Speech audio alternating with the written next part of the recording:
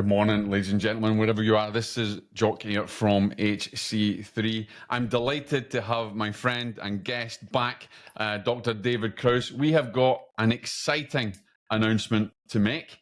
Dr. David Krause is being presented a very prestigious award very soon. David, congratulations. How are you doing, my friend? Thank you. Thank you. It's great to be here. I'm doing well.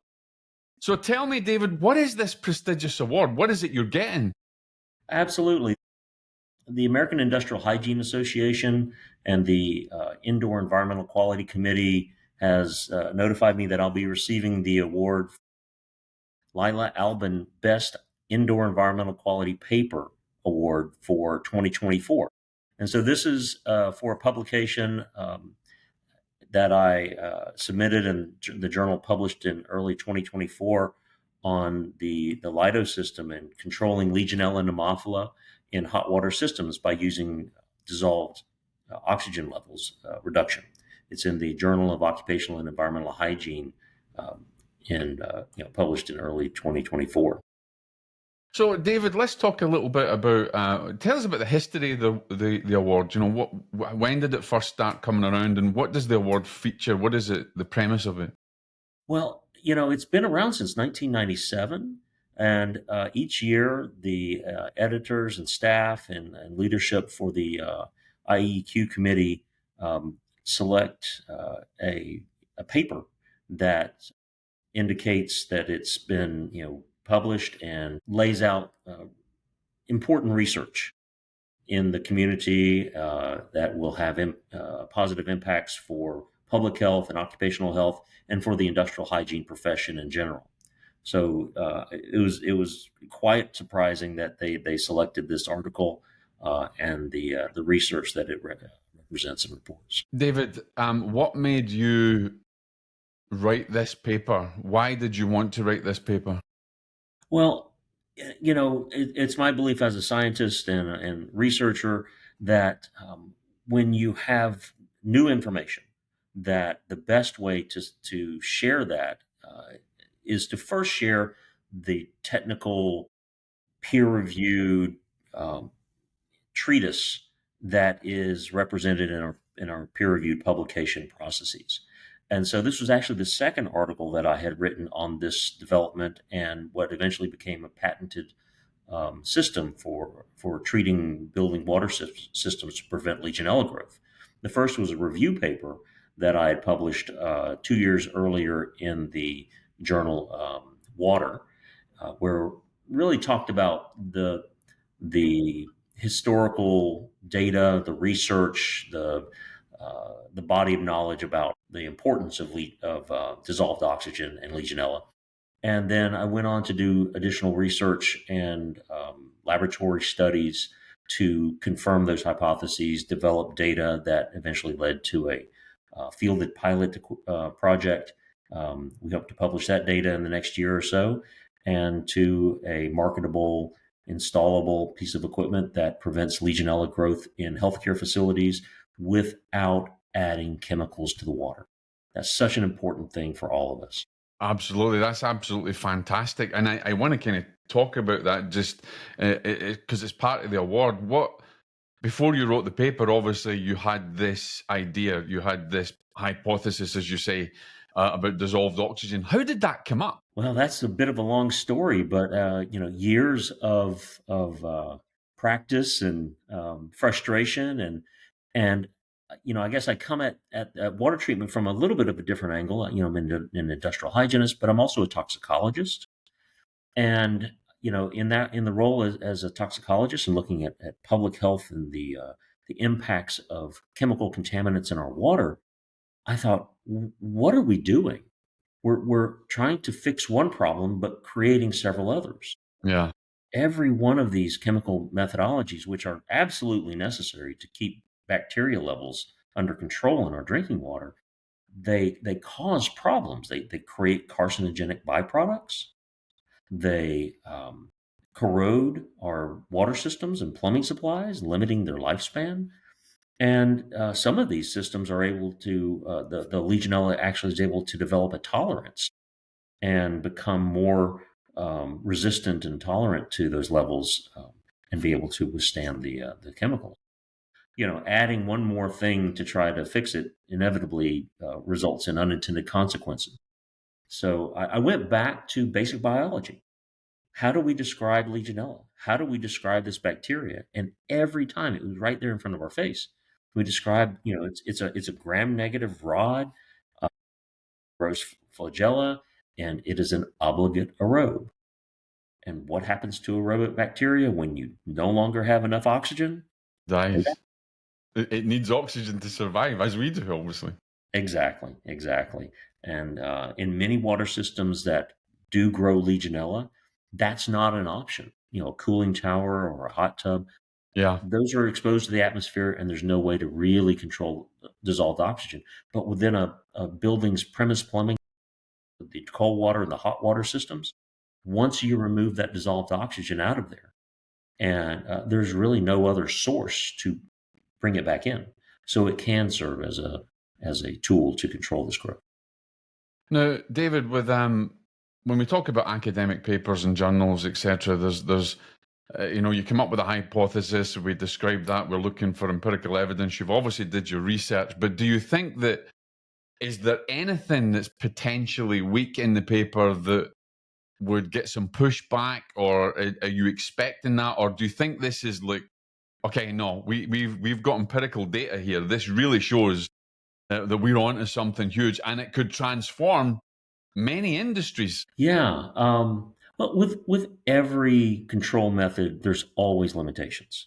So, you wouldn't try to take a man to the moon in an airplane.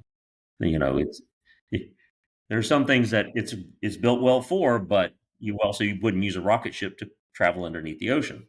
So it's not going to be applicable in every situation. And I think when people try to apply, a hammer to every project, problems ensue. But some of the things that have been brought up are we going to cause the encouragement of anaerobic bacteria? Are there other sources of dissolved oxygen in the water that you can't deal with? Is this an appropriate sizing? What issues could arise?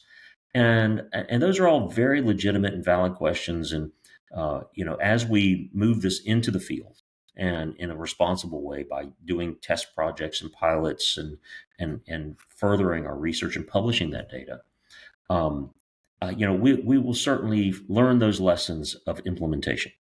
But I think we also have gotten comfortable with existing methodologies. We've been pumping chlorine into our drinking water since 1908.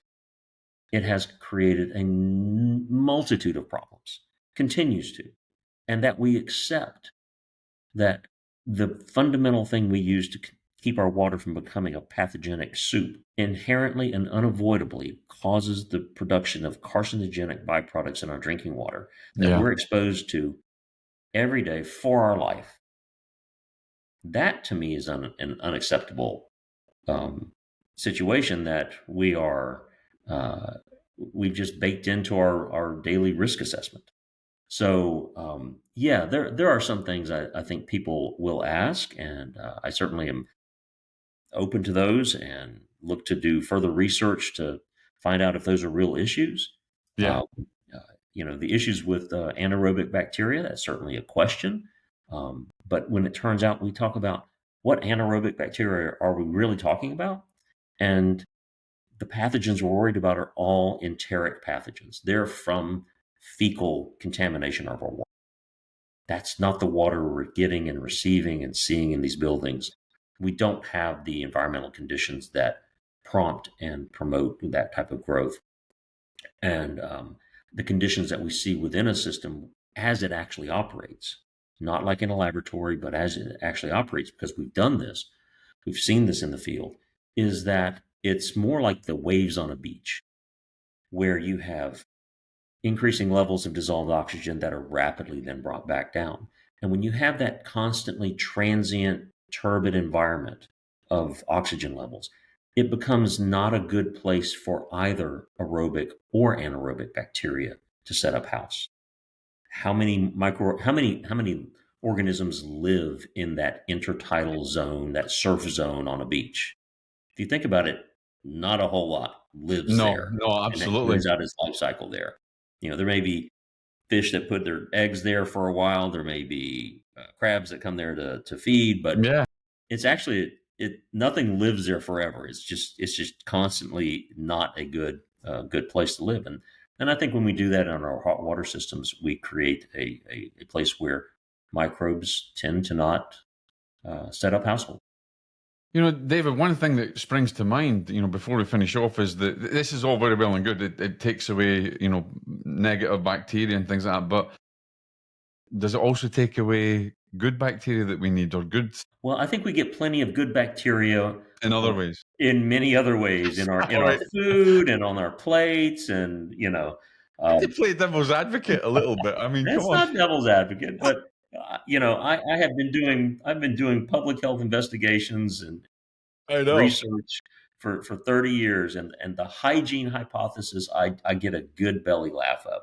If you've been in as many people's homes and dormitories and barracks, to say that we live too cleanly is quite a belly laugh. So I Amen to think we'll that. be fine. I think we got plenty of opportunities to fill our gut with good bacteria. Absolutely. Well, David, I want to thank you and I want to congratulate you. It's amazing. The paper's amazing. And let's tell people where they can get the paper, and then let's tell people as well about the presentation. When it is, and the AIHA. Let's give them a shout out as well, and Absolutely. hopefully people can come and see you getting this prestigious award. The paper is available open access from the Journal of Occupational and Environmental Hygiene, JOEH. If you simply Google JOEH, Krause, dissolved oxygen, this will be one of the uh, top search terms, search results. And the award will be presented on the 19th, Monday, the 19th of May at the Kansas City Convention Center at the Indoor Environmental Quality Committee meetings, their annual in-person meeting. And I'm looking forward to receiving the award and sharing the the the fruits of this with many of my friends, and you know really appreciate the recognition, the honor of being recognized by my peers and the folks at the American Industrial Hygiene Association.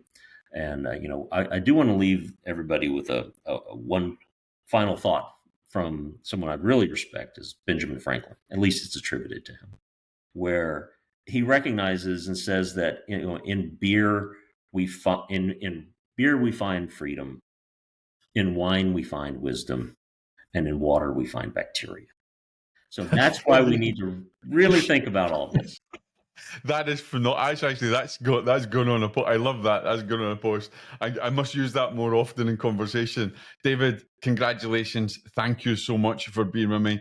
Ladies and gentlemen, I'm sure you all out there who are listening are, congratulate David. If you can't actually get to the event, then obviously keep in touch with us. Connect with us, hc3fl.com. And of course, if you want to ask any questions from David, then just drop us an email as well. David, again, congratulations. Big shout out to everybody as well at AIHA. And if you want to listen to more of our conversations and our discussions, then we have a discussion series, Emerging Pathogens. You can get it right on our website.